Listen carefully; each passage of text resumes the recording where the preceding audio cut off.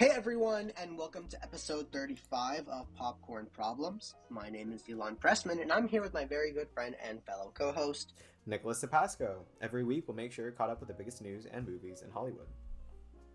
This week, we're going to be going toe-to-toe trying to guess how the summer movie box office is going to shake up, along with giving you our review of Michael, one of last weekend's biggest new releases. But before we get to that, an abridged version of What's Poppin', where we run through the biggest movie stories this week. What's up, guys? How are we doing today? How you doing, Nick? I'm doing pretty good. I'm glimmering out here. How about you, Alon? How are you doing today? I'm good. I'm in the trenches of finals, so Hell yeah. It'd be dealing like with that. Yeah, but I'm good. I'm chilling. This is gonna be a special episode because we're gonna be doing something that is called a summer movie wager, the summer movie box office wager. It's something that I saw on another podcast called the Filmcast, which is another great movie podcast, which I recommend you guys listen to. But essentially, it is a game where we are going to predict the domestic box office ranking of all the movies in what's considered the summer movie season. So what the summer movie season is, it starts with this weekend, actually, The Devil Wears Prada 2, and it goes all the way through Labor Day weekend, which in this case is going to be August 28th, and ending with Coyote versus Acme. Any movie that's released within that time frame is eligible to be ranked.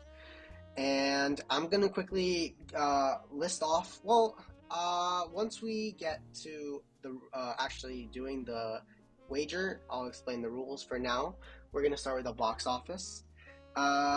This weekend total, we brought in $151.6 million, which is up 3.3% from this frame in 2025 and up 50.4% from this last weekend. Number one, obviously, this weekend is Michael, which came in above expectations. It pulled in $97 million domestic and a global total of $217.4 million on a $200 million budget. It's a record-setting debut for a biopic. I have a couple more notes on Michael, but I'll get to that once we're done with the box office. At number two is the Super Mario Galaxy movie. In its fourth week, it pulled in 21.2 domestic, which was only a 42% drop, which means that global we're at $831 million. Nick, do you think it's going to hit $1 billion at this point? Mario Brothers? Yeah. Probably at this. I mean, I'm surprised it hasn't, honestly. I'd give it maybe like another 2 weeks before it hits $1 billion. I'd be more surprised if it didn't hit $1 billion than if it did. I see. Yeah, honestly. It feels like one of those things that is just a certainty in the universe that you slap a Mario sticker on anything and it'll get close to $1 billion sales of anything that it wants to sell. So, right. So yeah, I'm pretty confident in that. And if it doesn't, then it'll probably get like what, 999 million. Yeah, I think it's gonna end in the 900 million range. That's my guess. Mm-hmm. But I guess we'll see how that plays out, right? Mm-hmm. At number 4 this weekend, it was Project Hail Mary. In its 6th week, it pulled in 13.2 million domestic, only a 36% drop. We're at 613.3 million global. I'm so happy this movie is making money. Yeah, for real. I'm honestly, really happy about it. Yeah, most deserved box office success of the year so far. Yeah, for sure. You can see every dollar spent on that movie on screen, in the best way possible. Absolutely. A couple other things this weekend. The drama passed the 100 million mark, which is really cool. Also, the movie that me and Nick talked about last weekend, Over Your Dead Body, opened. It opened at 8th place with 1.4 million domestic. So I quickly want to go over some stuff regarding Michael because I think it's kind of like interesting to talk about before we get into our review. Just some interesting notes. So like I said, it opened to 97 million domestic, 217.4 worldwide, making it the biggest biopic opening in box office history and the second biggest opening of 2026, only behind the Super Mario Galaxy movie. It was tracking to open at about 50 to 65 million, but it walked right past that. And that's pretty cool because the production was very hectic, to say the least. We'll get more into this during our review, but essentially the entire third act had to be tossed and reshot after state lawyers discovered a settlement clause, which essentially stopped an on-screen depiction of one of the accusers of Michael Jackson, and one of the people who accused him of sexual assault. So they had to reshoot the whole third act. I heard the movie was going to be about like 3 hours long originally, and it is much shorter than that in its actual runtime. The reshoots ran $15 million, and it pushed the budget to around $200 million. Also, the screenwriter's home was damaged during the fires in LA, which made the situation worse. And the movie was supposed to premiere over a year ago. Yeah. Yeah. Kind of crazy. It's insane. Honestly, I am very interested in the production, in the storied production of this movie. I have looked into it. A lot of interesting stuff that we will talk about when we actually talk about the movie. But it's kind of interesting. It's just interesting to think that so much can happen around what should be like, I guess, what should be like an easy production, because there are a lot of ways that you can just make this a pretty straightforward quote unquote boring Michael movie. This is kind of that. Again, we'll talk about it more later, but to think that so many complications took place, it's present during the film is what I'll say. And yeah, I don't know, I'll leave it like that for now. Yeah, it should be. It's tough though, because he is such a controversial person. He's such a beloved yet controversial person, right? Sure. And from my understanding, a lot of other works about him, like the Michael Jackson musical, for example, doesn't touch on the stuff either. So I guess people just largely want to try and ignore it, which isn't really the way of addressing it either. It's complicated. It's very, very complicated. Yeah, we'll just talk about it more when we actually talk about the movie in itself, I suppose. Yeah. Yeah. So I do know you had a couple other news things, so the floor is yours, my friend. Yeah, so just a few quick little picks over here. One thing, we got a first look at the Possession remake, directed by Parker Finn, who did the Smile films, which I know you're a fan of, Ilan, and starring Margaret Qualley and Callum Turner. Now, the reason this is kind of a big deal is Possession is a very well-known European film, very well known for its very un-Hollywood-like style, and it's very gross, it's very ugly, yet beautiful. I saw it once. I have like middling thoughts about it. I would have to watch it again. I know you haven't seen it, Alon. But yeah, so when remaking this movie, obviously in Hollywood, with Margaret Qualley and Callum Turner, it's just very, I don't know. I know you said, I know we reviewed recently Over Your Dead Body, and how, and I didn't even know that was a remake of a Danish film, I think you said. There's this weird trend. I don't think there's necessarily anything wrong with remaking foreign films for an American audience. It does just kind of, I do feel it does put the original movie in a weird position of almost irrelevancy, and I would hate for that to happen to the original Possession film. But I don't know. I guess we'll just have to see when this movie comes out. Yeah, another like movie that was like a remake that just came out recently was the one with James McAvoy. Do you remember what it was called? Speak No Evil, I think. Speak No Evil. Yeah, that was another one. Yeah, that was like an English remake, which is interesting.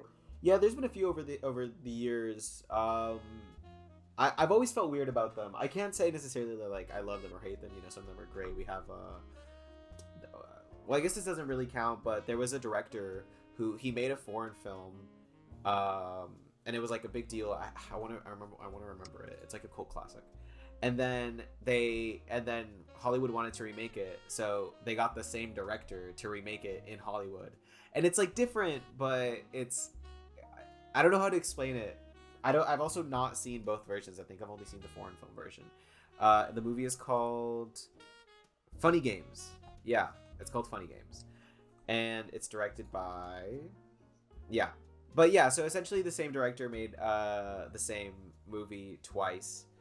Um, and I just, that's an exception to what I'm in essence talking about, this like trend. It's weird. I guess I am just also curious to see what a Possession remake could bring to the table, directed by Parker Finn, who can do that style, but we'll just have to see. I don't know. That's kind of my thoughts on that. Yeah, I like Parker Finn, so I'm curious. Yeah, I also know he's a talented director. I haven't seen the Smile movies, but Yeah. I've heard good things, and so like I said, like I think something could be done. We'll see. Yeah, totally. Yeah, moving on. James Gunn says that the Authority film isn't happening anytime soon. Good riddance, in my opinion. I don't know. It's pretty much scrapped. I think it's pretty much scrapped. I don't know what you mean anytime soon. I heard that it was just scrapped. Well, okay. His quote is, "It didn't work in terms of the larger DCU, both in terms of the story and practical concerns. Maybe Sunday, not soon." Yeah, honestly, like I said, good riddance. I feel like the Authority is I'm not very familiar with them to begin with, so I can't talk too much on like the characters themselves. But one, I think it would just end up being like a Suicide Squad remake or a Guardians of the Galaxy remake, with just DC characters, even more so than what James Gunn DC is already. And two, like, it just doesn't make sense. There's no time. There's just no time. There's just simply no time for an Authority movie right now. We have so many other characters. There are so many other characters to introduce to for people to get excited. There is nobody in the Authority that anybody's going to be excited for, in my opinion. The engineer. Oh my god, bro! I forgot about my collection of engineer popcorn buckets that I got from the Superman screening. They're all here in mint condition, selling them for $500 a pop, still in the seal. No, yeah, like it's I don't know. Yeah, nobody cares about the Authority. So yeah, moving on to my final piece of news. A Django and Zorro crossover movie is officially in the works, and Tarantino will not be. Yeah, that doesn't even feel real. Yeah, this feels weird. So ridiculous. But he did give his blessing. Yeah. Django is one of my favorite like Tarantino films. I don't know. This really, I feel like everything is just becoming IP slop now. Everything is, and like I know this isn't a new take. Like people have been saying this for years about like, everything is a franchise now. Companies are trying to exploit whatever property they can to make it into a franchise, but. And it's also happening with this Netflix show, The Adventures of Cliff Booth, directed by David Fincher. Yeah. I'm looking forward to that. I'm excited for that, actually. I'm excited for it. I'm looking forward to it, like, as, like, a new, good piece of, like, content. But I don't know. And maybe I feel some sort of, like, weird, what is the word I'm looking for? Like, preciousness, I guess, over, like, Tarantino films. Especially because like he himself is like is signing off on these projects and like giving his blessing and like saying like yes I want to do this, and but it just feels weird like having something in the world of Tarantino without Tarantino. I am kind of a big fan of his work. The guy himself is an interesting character, but yeah, I don't know how I feel about being in his world without him guiding it. And so all of these different like projects cropping up of characters in his world, it'll just feel weird. I think I'll get a better sense when the Cliff Booth movie or when the Cliff Booth show actually comes out. But I feel like this Django Zorro, I don't think it's gonna be necessarily bad, but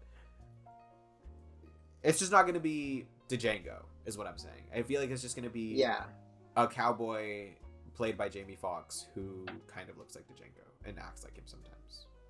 You know what I mean? Yeah, it's gonna be interesting. Yeah, maybe I'm looking at it a little too negatively, but that's that then. And that is all for Nick's News Corner. Thank you very much. Alrighty, so I'm super excited. We're gonna move right now into our summer movie wager. Our summer movie wager game, pretty much. The way it worked is that we've made 13 picks. 10 of them are going to be our ranking of the top 10, 1 through 10. And then we have 3 dark horses, which are picks that we just don't know quite where to place, but have a feeling that maybe they're going to make it on, maybe not. So I'm quickly going to explain how the scoring is going to work, and then we're going to begin.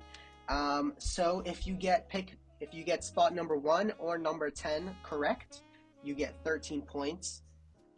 If you get any 2 through 9, any spots 2 through 9 correct, you're going to get 10 points for that. If you're off by 1 spot, either 1 ahead or 1 below, you're going to get 7. If you're off by 2 spots, you're going to get 5 points. If the movie is in the top 10, but just not within the 2 spots above or below, you're going to get 3 points. If the movie is not in the top 10 at all, 0. And each dark horse that makes it into the top 10 is going to be 1 point. We are going to start with what we think is going to make the most money and work our way down, just because I think that's where our lists are going to start to differentiate. Because I feel like the top few are kind of most likely, I mean, we don't know each other's lists yet, which is why this is going to be fun. But I have a feeling that there's going to be a decent amount of overlap. And then as we work our way down, there's going to be a lot more to change. Let me see if there's anything else I want to mention. There's a website that we're using. It's called thesummermoviewager.com, where you can make your own list. Feel free to do that. That's a great way you can play along with us. And yeah, Nick, you ready? Absolutely. Let's head into it. Oh, all and right. for let's put real stakes on this. Yes. Alon, I bet you $40. I guess whoever wins. We're both. Wait, so does that mean we're both putting in $40 and then the winner gets 80? Or is that how the math works? I don't think so. I think it's just whoever loses who sells the other 40. Okay, that makes sense. All right. Yeah. Sounds cool. Yeah. Maybe in the future we could have more people playing with us in the future years. That'd be cool, and then we could have a bigger like prize pool. Yes, let's make a gambling ring already. I've been dying to put some money on stake. We should start shooting on Rumble. Rain bet. Okay, Nicholas, I will allow you to start us off. What do you think is going to make the most money domestically at the box office this year? Alrighty then. The summer, sorry. Please. My number 1 pick is Spider-Man Brand New Day.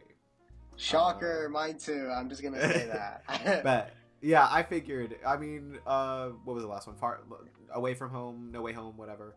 Was No Way Home. It made $800 million domestic. It made $800 million domestically.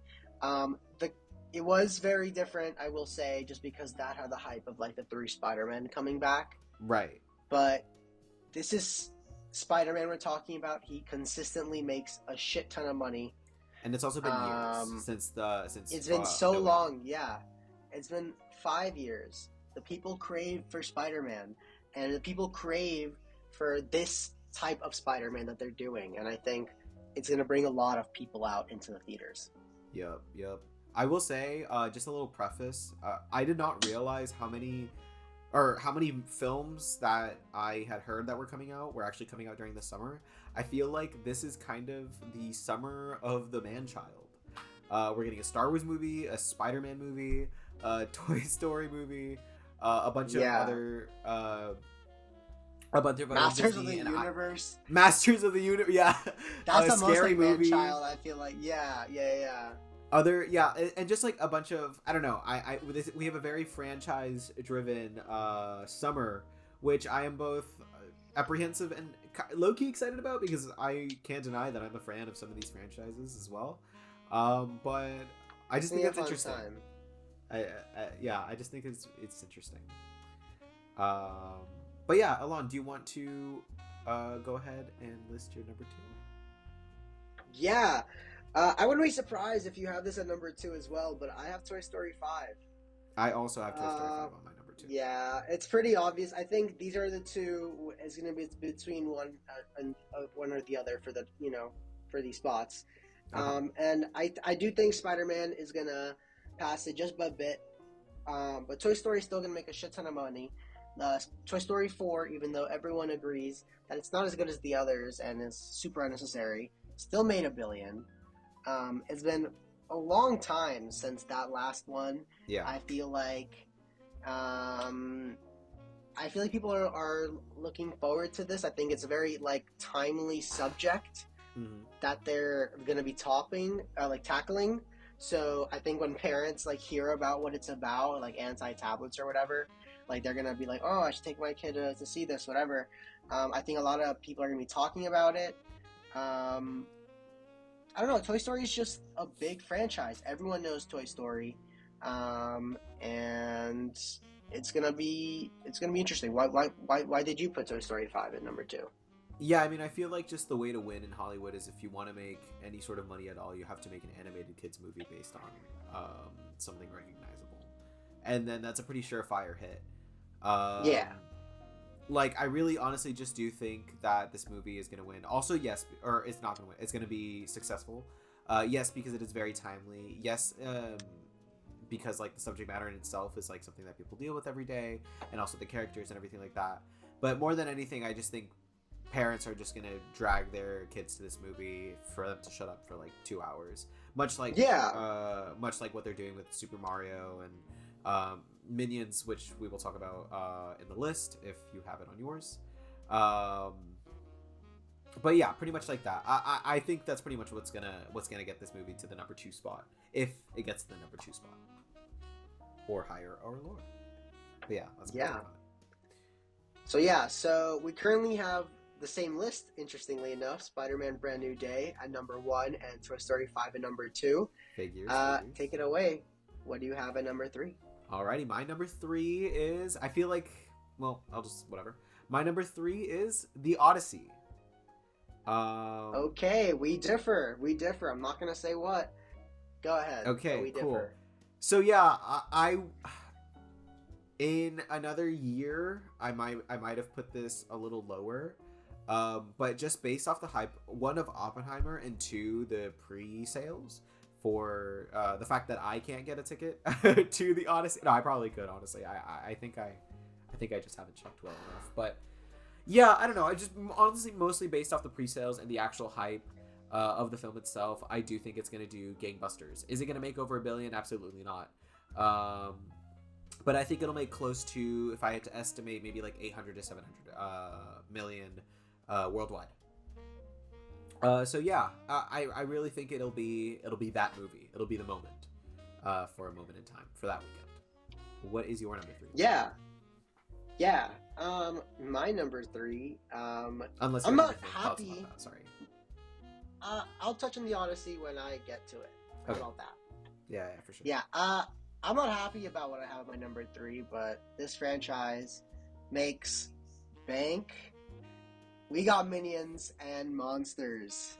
Okay. This is a consistent money-making franchise. Consistently comes out on the July 4th weekend. I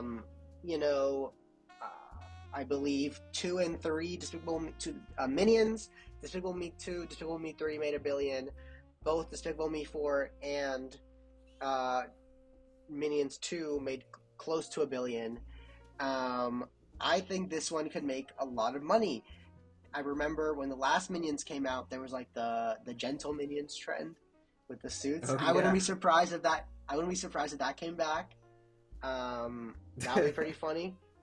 That could boost it. I don't know. I just feel like they're Minions. That's a big franchise. The kids love the Minions. People love the Minions. I feel like millennials love the Minions. They're the modern day Looney Tunes. They are. They definitely are, unfortunately, and while not as interesting, I do think that this third one does have the most potential, I would say, out of the franchise. I think it's a really cool topic. It's essentially Babylon, but in the Despicable Me franchise, right? You like that message? Yeah. No, I think it's just really cool, and I'm looking forward to it, which is crazy, and Yeah, at number three, I have Minions and Monsters. I'm concerned. My only concern with this, which might fuck up my list, is if Toy Story 5 does big damage to Minions and Monsters, because they only come out what 2-3 weeks apart. It's not Interesting. crazy difference, for two big franchises. Yeah. So I'm curious to see how that's gonna play out.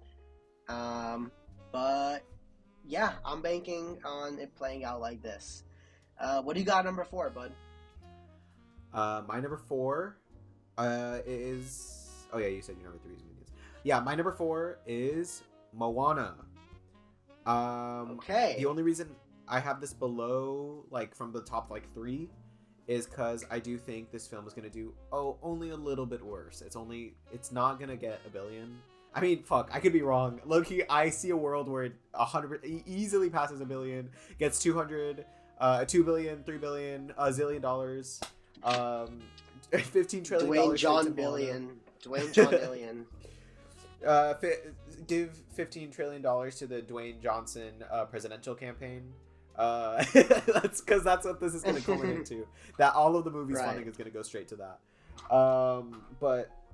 But yeah, no, I think I would like to think that based off the trailers and based off people's reactions to the trailers,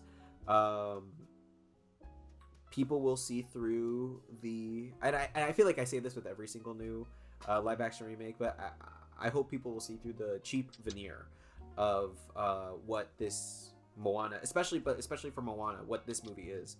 And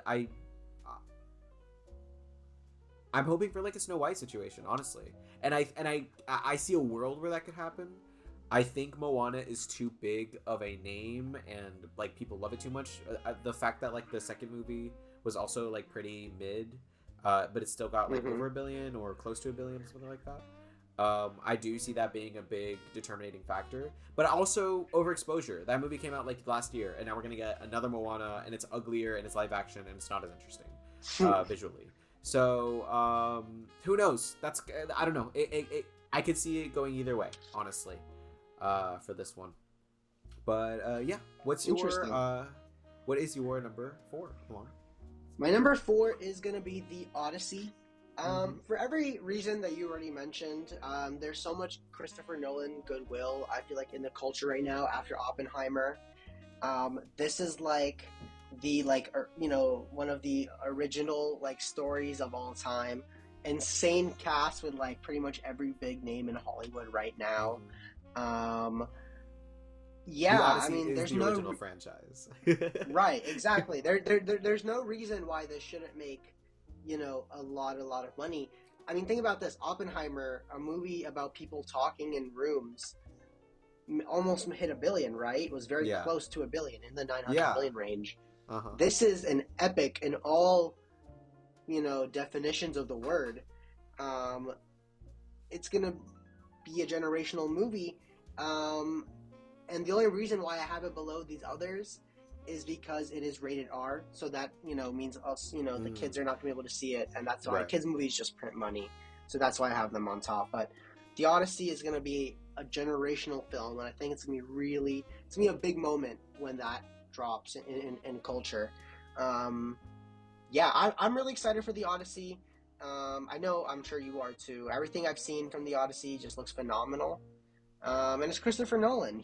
I feel like the director of our generation, arguably, right? For sure. I think it's gonna make a lot of money.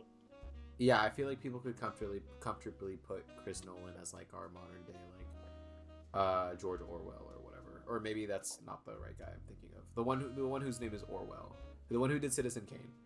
Right. Yeah. You haven't seen Succession, right? I haven't. I need to. Okay. There's this one scene in Succession where there's these like two characters. One is like a boss, and then one is like the boss's assistant. It's two dudes. And then the boss character, his name is Tom Wambsgans, and he's talking to his assistant about a story called Nero and Sporus, which is Greek mythology. I don't know if it's mythology. I think it's like actual Greek history. And then Tom, but like the whole the whole context of Succession is that everything is like a business and corporate and everything. So Tommy's like, have you heard of the story of Nero and Sporus? And then his assistant is like, oh, I'm not familiar with that IP. You know? and whenever I think about the Odyssey, I think about that scene. I think about that little clip. I don't know. It is the original IP, you know. It is the original IP. Actually, I don't think. Yeah, it's like copyright free, right? Like nobody owns that. I don't think so. Well, yeah, because according to modern day copyright laws, it's in the public domain. Okay. Right. Okay. Cool. Dope. Alrighty. Yeah. That was your number 4? Number 4. So yeah. So number 5, hit us. My number 5 is Minions and Monsters. Pretty much for the same reason. Okay. Yeah, I actually am kind of excited for this movie as well. I just don't think the last one did like super well. I mean, I'm sure it did good. Like, I'm sure it made money. But I didn't really hear it like splash a lot in terms of like the box office. The last Despicable Me or Minions? Because those are two very different. Those are two. I feel like they make different money, I guess. The last Despicable Me only because also like the Minions are very much in the marketing of that. Like I very much kind of include. Okay. I mean, I know what you're saying. Okay, so I will tell you, Rise of Gru made 940 worldwide, 370.5 domestic, and then Despicable Me 4 did 972. So damn! Oh my god! Holy shit, dude! This franchise fucking prints money, dude. Holy and you know shit, what? I stand corrected because that year was Inside Out 2. Inside Out 2 came out like 2-3 weeks before Despicable Me 4. So I think they can both coexist very peacefully. That's so crazy. Okay, my bad. Holy shit, that ranking is gonna suck. But yeah, I'm excited. I'm actually excited for this movie too a little bit. I mean, listen, I'm a big cartoon guy. I'm not like a fan of the Minions to any extent, but I do appreciate like the sort of slapstick sense of humor. And I'll watch it. I think it could be funny. You know, sometimes they're just stupid, and it's all you really need. So, Minions is my number 5. Hell yeah. What is your number 5, Alon? Nice. I want to point out before I say my number 5. Oh, for sure. It looks like our top 5 is going to be the same movies, just in a different order. Because my number 5 is Moana, the live action one. All right. So we have the same top 5, just in a different order. Which I think is pretty cool. Moana is huge. It is definitely going to be the movie of many children's childhood. I know for my little sister, she loves Moana. And I know I'm definitely going to take her to see this movie. I know so many kids. I know Moana's like the most streamed movie of all time. Really? Right? Fuck. Yes, like it's like the most streamed. Can you fact check me while I'm talking? Sure. I'll fact check that. Yeah. Yeah, like these movies print money. Lilo and Stitch came out last year, made $1 billion. I don't know if this one's. I don't think this one's gonna hit $1 billion just because it's not as big as Lilo and Stitch, and the nostalgia is not there just quite yet, just because it has come out. You know, it is based on a movie that only came out 10 years ago. And also, I feel like there's some negative perception around it just because of the look of the movie and all that, which is why I don't have it higher. But I still know it's going to make a stupid amount of money. And I might be dumb for putting it this low, right? It could surprise us and make the most out of all of these. I don't see. Yeah. I don't know. I think. I mean, I see what you're saying. I have it at number 5. Sorry, yeah. I see what you're saying 100%, that, like, it is a big franchise, but I do think quality. I think, like, I would love to think that quality, especially visual quality, because, you know, narrative quality, nobody gives a fuck about that shit anymore. But at least, like, visually, like, people still give a fuck if things look good or if they look corny. That's also why The Little Mermaid didn't do as good as right, as maybe it should have, or people were hoping for. But there was also other controversies with that movie, I feel true, like. Very true. But also, like, for example, Snow White. I will say that, like, there is no nostalgia for Snow White. Nobody gives a fuck about Snow White anymore. Unlike Moana, like what you were saying. But yeah, I don't know.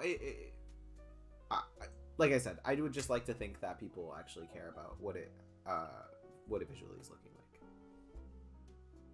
So, but also I do have it higher than you. So, Who knows? Yeah. Yeah. All right. Let's move on to, I believe, your number 6. I feel like this is where the obviousness kind of cuts down and Yeah, for where sure. it got a little bit more tricky, at least for me. So I'm excited to see what you have at number 6. Yeah, I would say my number 6 is my most reaching out of my whole list. I put number 6 Disclosure Day. So did I. Interesting, very interesting. Yeah, I put Disclosure Day just because, listen, I don't know. There's a world where this movie doesn't do well, and there's a world where it does. I hope we live in the world where it does, and in the world that it does, it's a little bit of a moment. You know, people care about Spielberg. The only reason I'm not as confident in this pick is because West Side Story did so poorly.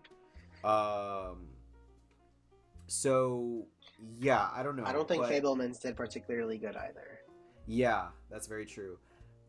Those are more like narrative, and also the West Side Story is a musical, which people are inherently like negative towards. So I do think there is a market for a Spielberg epic, for a Spielberg sci-fi, especially since we haven't seen one in so long. I think it'll be big with like film bros, and I think it'll be big through like word of mouth more than anything. I do think the title sucks. I hate the title of Disclosure Day. It does not roll off the tongue, but that's just my take. But yeah, why did you put it at number 6, Alon?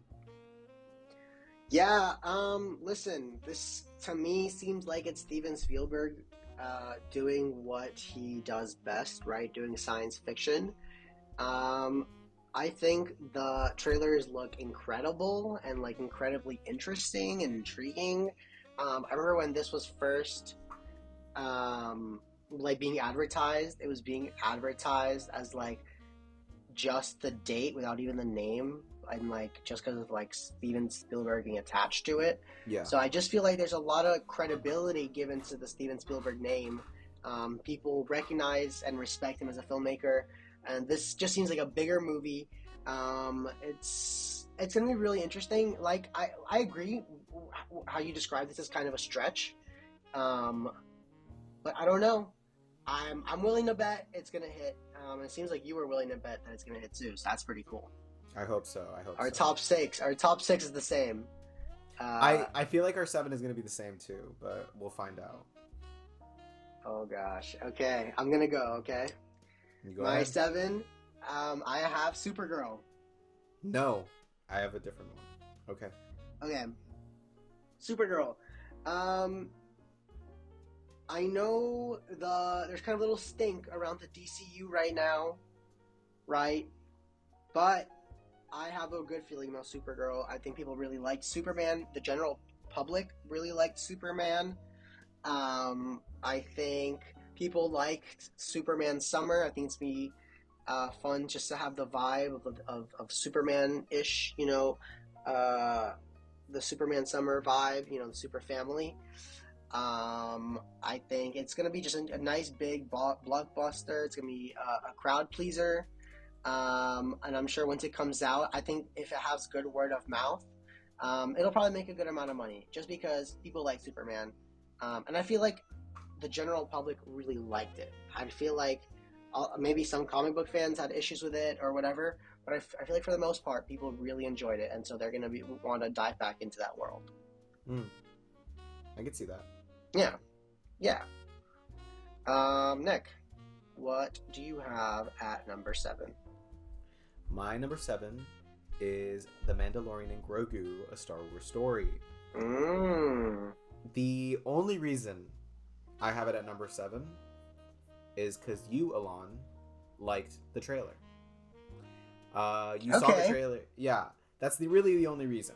I think this movie has potential to not be big. It's not going to be gangbusters or anything, but I think fans of Star Wars are going to like it.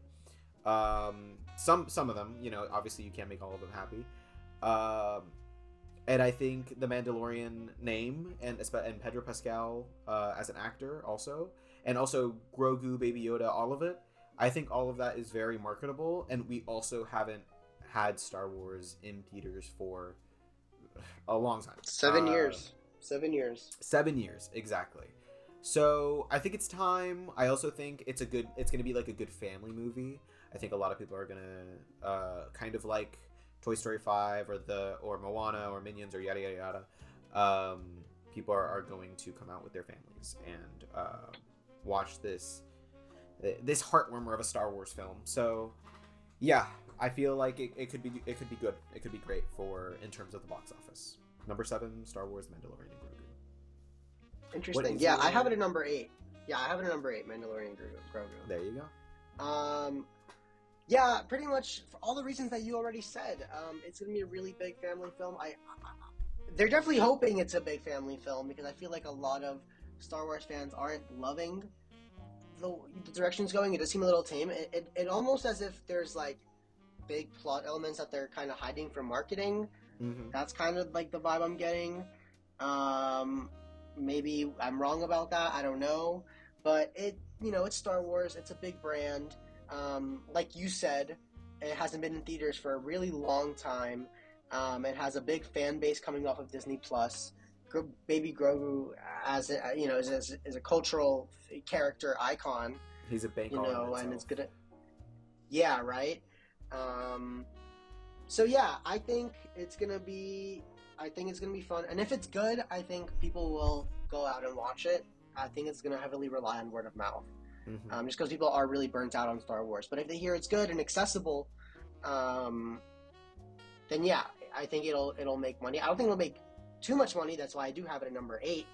But I do think it'll make a decent amount. Number 8 wouldn't be great for a Star Wars film, to be honest. But they have to do, some repair to the brand, I feel like, after all these Disney... It really does have become a Disney Plus brand. And we've spoken about this, I feel like, multiple times. For sure. About this movie, right? Mm-hmm. So, yeah, it's lower than I would have liked it. But I do think some families will come out and see it. Maybe I'm wrong. Maybe it'll be higher. Well, I mean, here's the truth about it, right? Like, one, it's not a mainline Star Wars movie. It's a Mandalorian and Grogu movie. It's a what is the word? A spinoff, right? So it doesn't have like but that. This is pretty much mainline Star Wars right now, right? This is tying into their TV stuff, and that's pretty much mainline Star Wars at this point. Right, but what I mean mainline, like when I mean I mean like Skywalker. Yeah, exactly. Right. And also, this is a pretty heavy year. Like Toy Story, Spider-Man, like Moana, these are pretty like heavy hitters, also coming from the Disney brand. So like I'm not super like I feel like it makes sense for it to be at least in the top 10. Yeah, that's why I exactly 10. For all those reasons why I have it lower than I would like it. But it's gonna make money. It's not gonna make too much money, and I think it's gonna be at number 8. For sure. Yeah, and one more thing I will say is, as a superficial Star Wars fan, I'll call myself that. I'm excited for the movie. It looks fun. It looks like a neat little adventure that I could enjoy for like 2 hours and 15 minutes or however long it is. So I'm excited for it. So that has that going for it as well. Yeah, my number 8 is going to be Scary Movie. Okay. I don't know. I think it has a lot of potential because also we're not getting a lot of mainline comedies this year, and also just because of like the franchises. I feel like that's just the word that I keep saying this episode, but because of the franchises of it all, and also kind of how well horror is doing lately, I think we're in a good moment of time for Scary Movie to really resonate with audiences. The only thing that's really going against it is the actual quality and subject matter of the movie itself. Like, if they choose to be... Well, I don't know. I really don't know, like, what could make this movie successful, because there's a lot of different ways. One, there's a lot of ways that you can play a scary movie in 2026, and then there's also a lot of ways that people can perceive a scary movie in 2026, depending on how you play it. So, it will be... I will be tracking this movie's release very closely, but if everything goes well, which I feel like it will, um, it could do well. It could reach the top 10, I believe. I have it at number 8, so that's my number 8. Nice. Yeah. What is your number 9? I think, right? Yeah. Number 9, I have Devil Wears Prada 2. This is also one have I'm that. not really at number 9. Yeah. Yeah, this is one that it's a big franchise. I feel like with a lot of like older people. It's a lot of big name stars in it. Um, I'm willing to bet that a lot of like women are gonna come out to watch this movie. I know like my girlfriend, for example, is excited for this movie. She really likes the Devil Wears Prada first one. And yeah, it's probably not gonna make a stupid amount of money, but enough to place it in the top 10. And yeah, I'm willing to bet it's gonna be pretty good too. I'm looking forward to it. Yeah, I'm looking forward to it, kind of. I'm not a big fan of the original movie. Have you seen the original movie a lot? I have. Okay, do you like it? Yeah, I do. It was fun. Yeah, it's all right. I think it's okay. Like I didn't think anything too crazy of it. I'm very interested to see what this movie will be. I do feel like it'll be kind of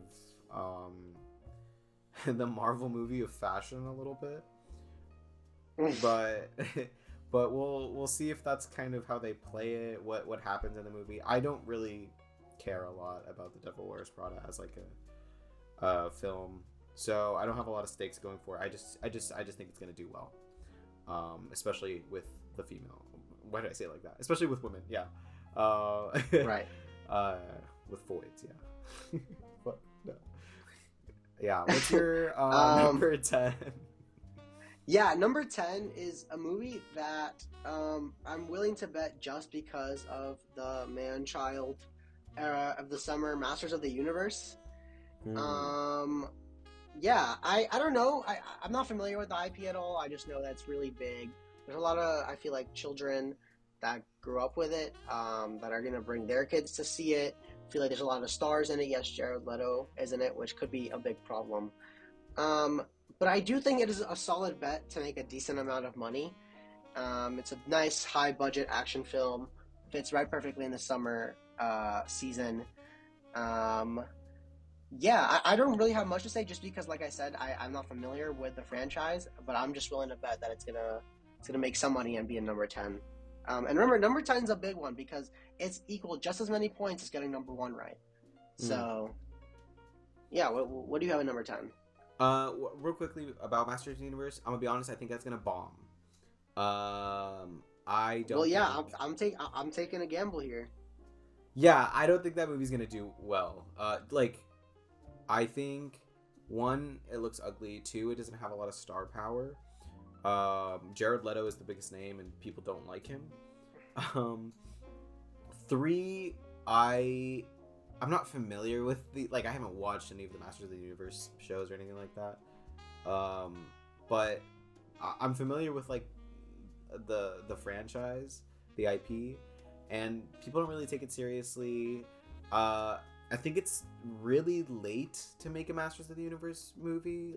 It doesn't make sense in terms of timing. I don't think there is a person alive.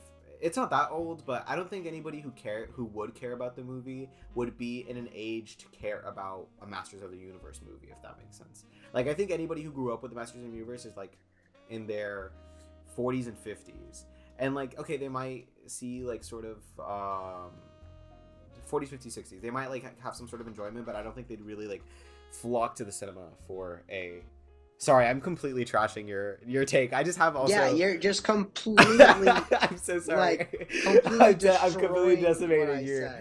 Yeah, just... Damn, tell me how you really feel. God. I'm so sorry, Ilan. I just have a lot of thoughts about Master Chief because I saw that trailer and I was just like...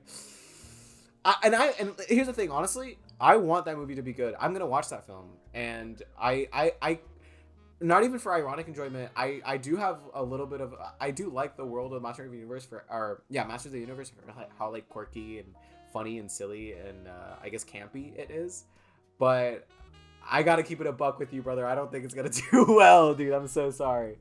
Damn. Yeah, I'm so sorry. All right. So, what do you have at number 10, buddy? Is your freaking pick so much better? Let's find out. My number 10 is Supergirl. I think it's gonna do okay.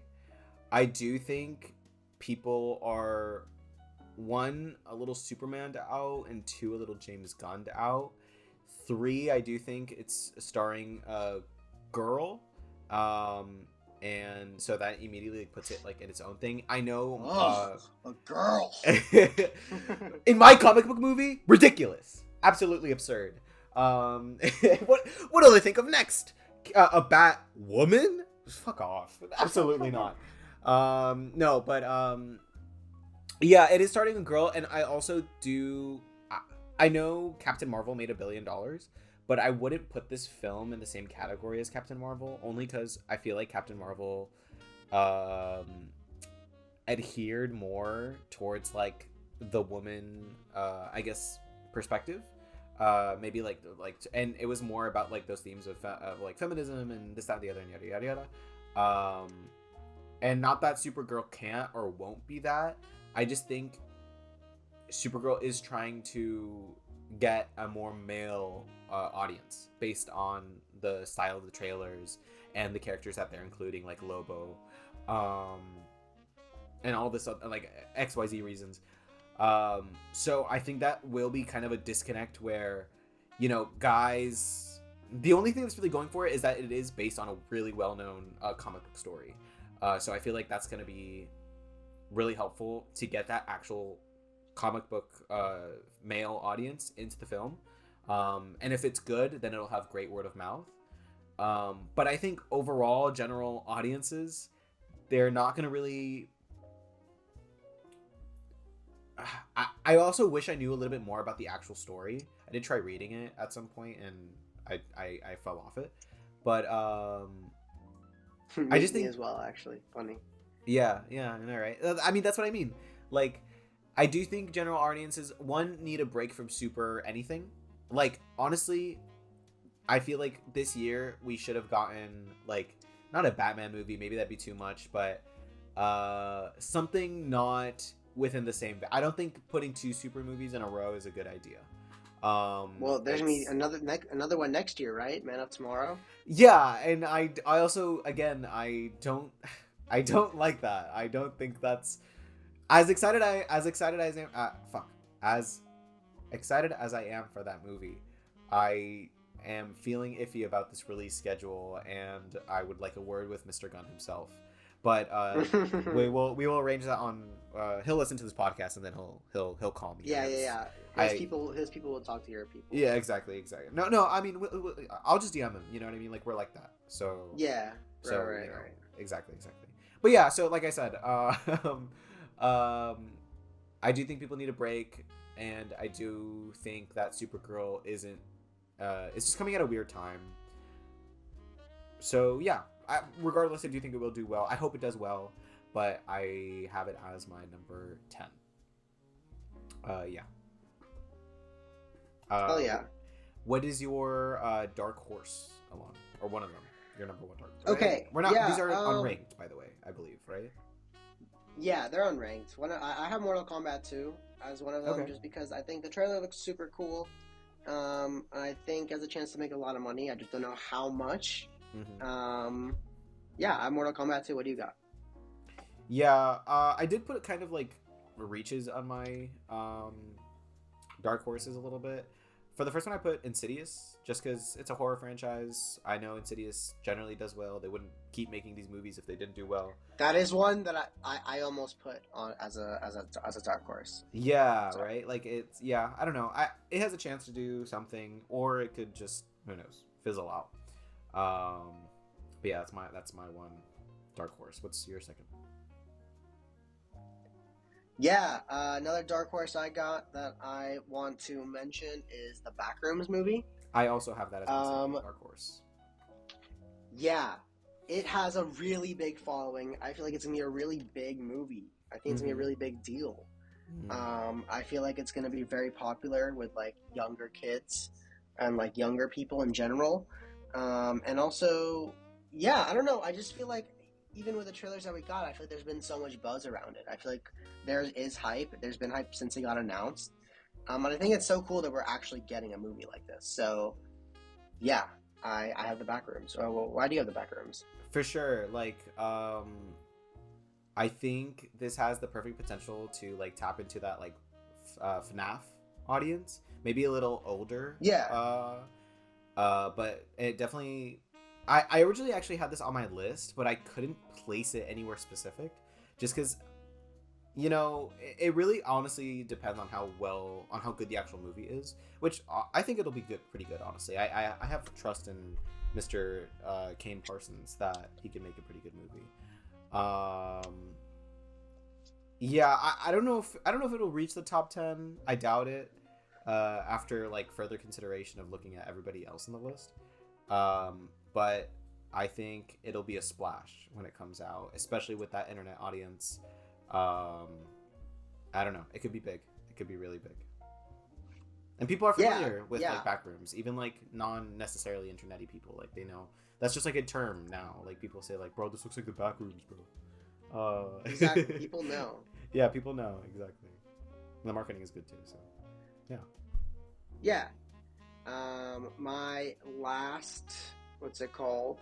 My last dark horse is going to be Scary Movie 6. Yeah, I don't know how much it's going to make. I really hope that it's going to make a lot of money. I hope that people yearn for a nice, funny time at the theaters. But, you know, you can never really be too sure. I hope it makes a lot of money, which is why I have it as one of my dark horses.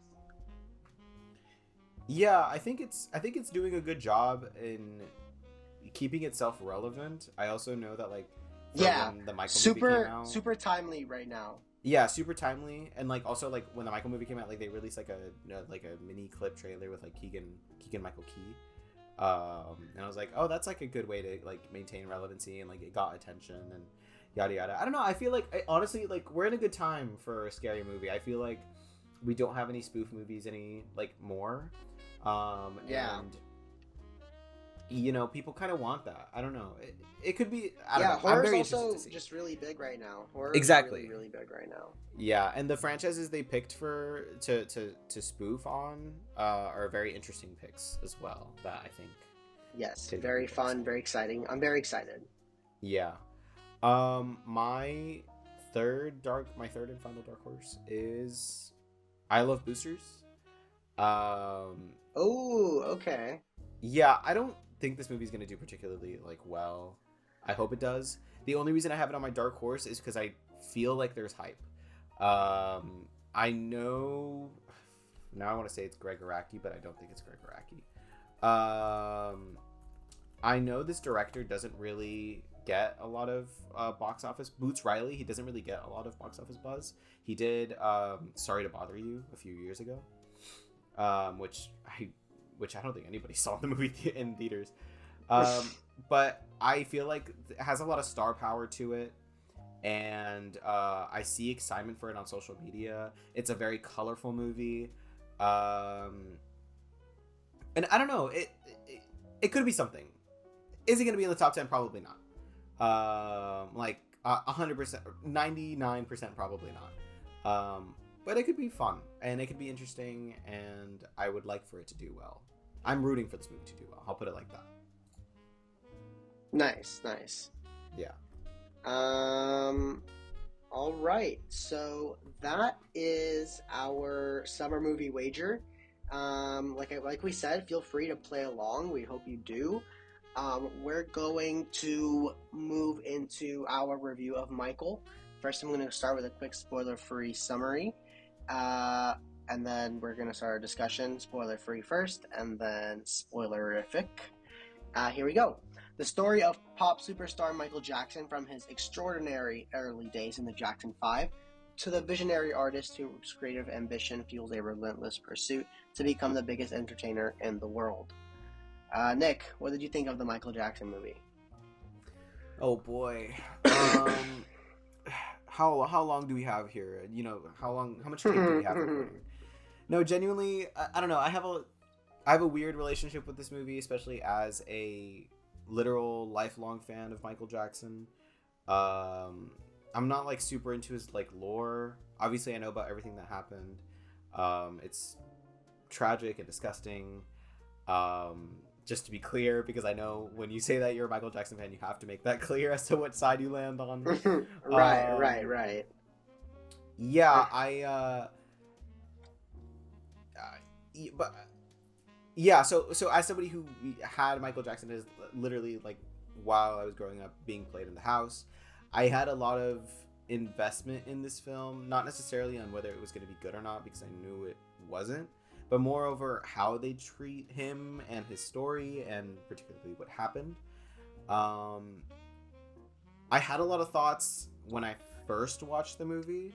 Now I'm second guessing those thoughts because of what I heard of the production. But I guess I can only criticize what I have in front of me, right? So Yeah. what I'll say is, yeah, it's a complete whitewashing of his story. It's a complete whitewashing of his story with elements that I see that wanted to be like dissected, and that would have been more significant if it played into the original context of what Antoine Fuqua wanted this movie to be, which was heavily, I mean, you said it earlier, heavily featured the allegations and the legal trial and everything like that. But without those elements of the film, the little clues and hints that we get of like, I guess, weirdness or I guess I'll be more specific. This isn't a spoiler. We see like little moments of the film where Michael, I don't know, it's weird to even spoil this movie because it's like this is actually just his life. Like if you don't know about his life, Right. But like Michael was like a very like infantilized person by him of his own like accord. He just had a very different way of like thinking, a very kind of childish way, and it also came out in like his interests. Like he very much like toys and like games and storybooks and that and the other. And I think it's very interesting how this movie highlights that aspect and doesn't shy away from it. Matter of fact, like they really honestly show a lot of it, and I don't know if this was intentional. I feel like it wasn't. It did kind of creep me out because of what I know. And also because the movie wasn't addressing it. I knew the film wasn't going to address the whole like thing, so because it wasn't addressing it, I just felt creeped out about it. Now that I know I don't know, that's what I mean. And if I had to put my like thoughts in a concise little bucket, I feel the way that I feel about this movie is how I feel about Spider-Man Beyond the Spider-Verse. Because that's not a finished story. We're gonna get a part 2. We're gonna get a sequel. Whatever happens in the sequel is gonna be the second part of this movie, where they are most likely gonna talk about the allegations and everything, as they've already said in like interviews and such. So, you know, the story isn't finished. As of right now, I don't like this movie, or I don't like what it is. I don't like what it means. I don't like what it stands for. I don't like what it represents about Michael. Did I have an enjoyable time watching the film? Sure. Like, you're gonna put Michael Jackson music in like a movie. Like, you're not. It's impossible. Try not to have fun. Challenge impossible. Like, you know what I mean? Like, you're gonna have fun, but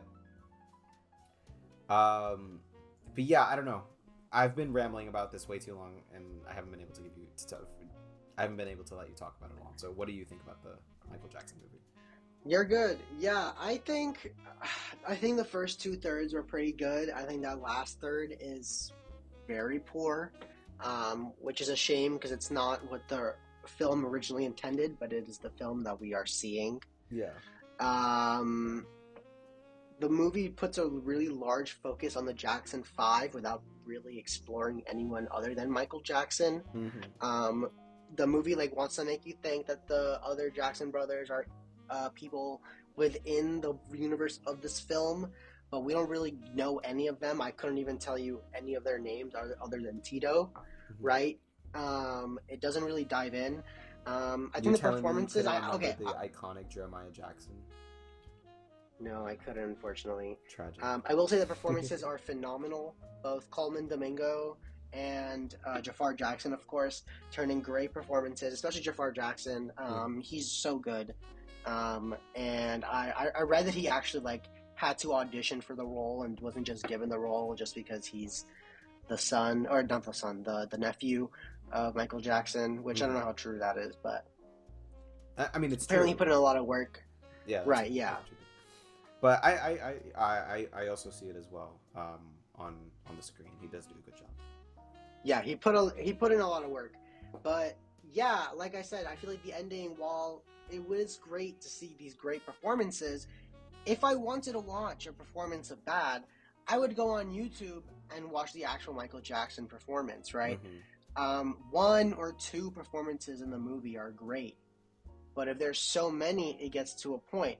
I would have had a lot more interest in the film if we're seeing a lot more of Michael Jackson in the studio, how he came up with certain songs, certain elements of songs. We really glossed through so much of his life, while I feel like focusing on some kind of not really more interesting things. I found out that like the lawyer character played by what's his name? Miles Teller, or Mike Miles Myers. Teller. Yeah, he's a big like investor like in the Michael Jackson estate. Oh, so yeah. Of course he's gonna be a big part of this movie, right? Yeah, I don't know. I just feel like it's very corporate. I feel like it's very sanitized. Just because the Jackson estate is involved, they're not gonna really put anything too bad. I really did like some of the performances, though. It was cool seeing those on a big screen, hearing those in theaters. Yeah. What's up?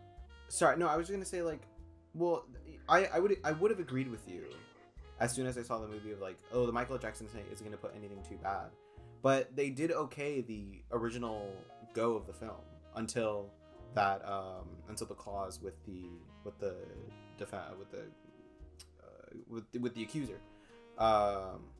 So is that really the case? You know what I mean?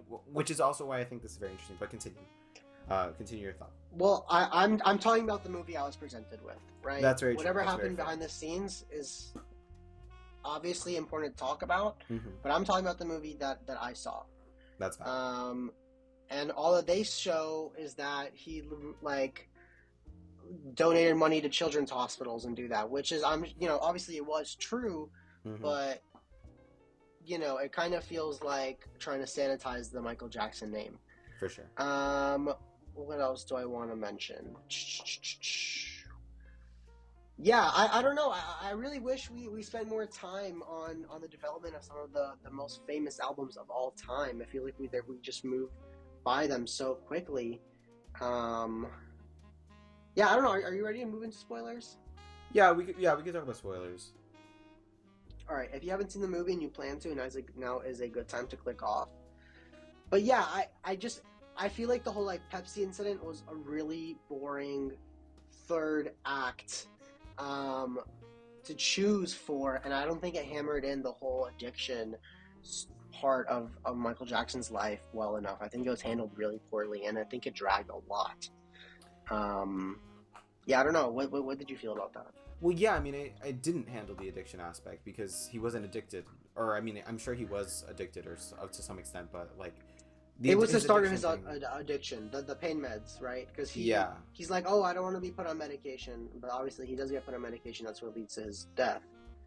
I just feel like they don't tackle that well enough, and I guess because they are expecting a sequel, but it's just like, I'm so sick and tired of these unfinished movies, and I really hope it's a trend that's going to end soon. Well, here's the thing, right? Like, I feel weird saying this, but. And again, I'm saying this assuming that the second movie will be about like the allegations. If it's not, and then completely disconsider everything that I'm saying. But I think there's I don't okay. Let me let me properly organize my thoughts. But there's a I heard somebody on a podcast say this, and I wish I could be specific, but I do not remember, and I do not watch the podcast. It was just a clip. This movie is treated as an apology for Michael Jackson, as an apology for like all the things that he does, and this movie is kind of trying to remind audiences of like, remember all the great music, remember all the great things he did, remember the great person that he was. Right. I think that is true. I agree with that. I think there's something to be said for a movie depicting Michael Jackson, the symbol, because he is more than like a symbol now. Whether that is a good or bad thing is neither here nor there, but there is a reason why people compare like modern artists to Michael Jackson. It's because no other artist has been able to be compared to him. So having a movie depicting that symbol is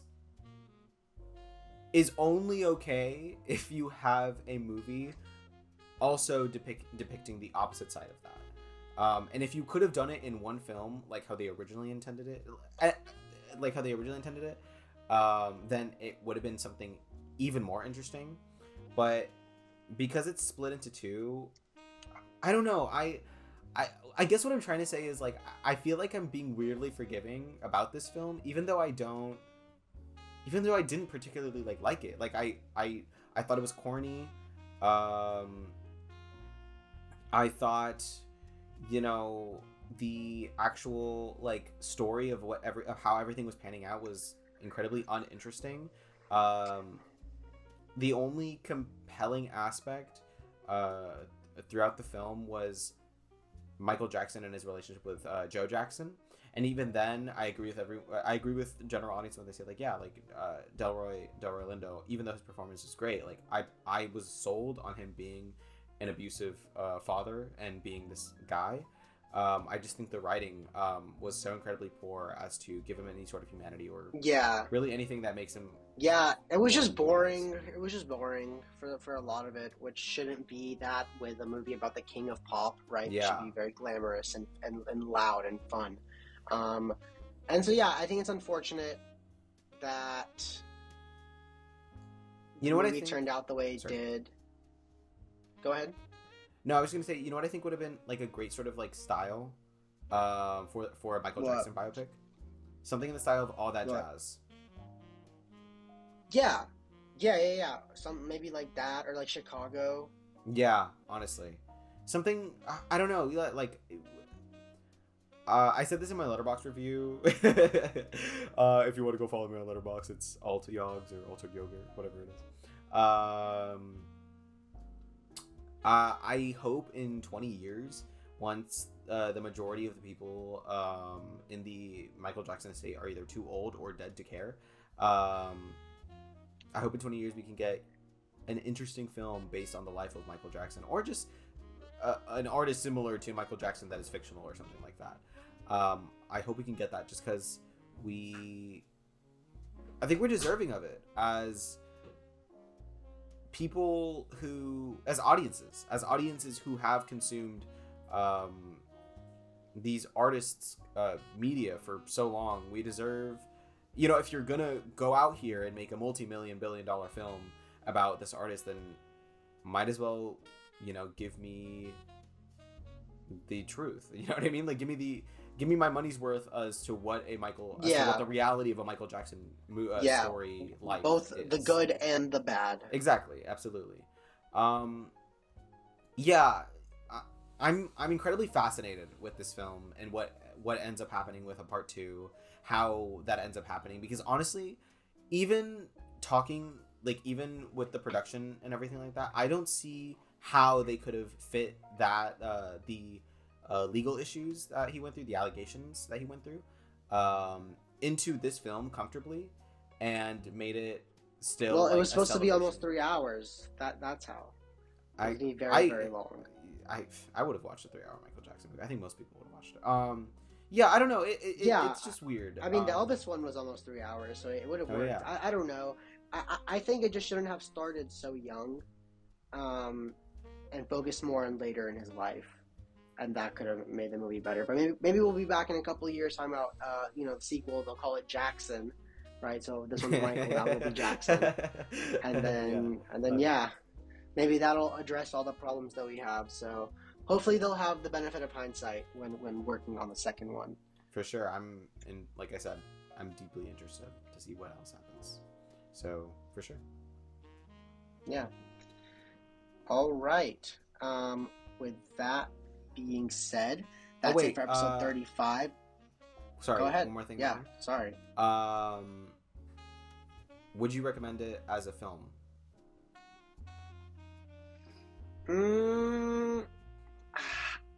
I don't think I can. I don't think I would, to be honest. No?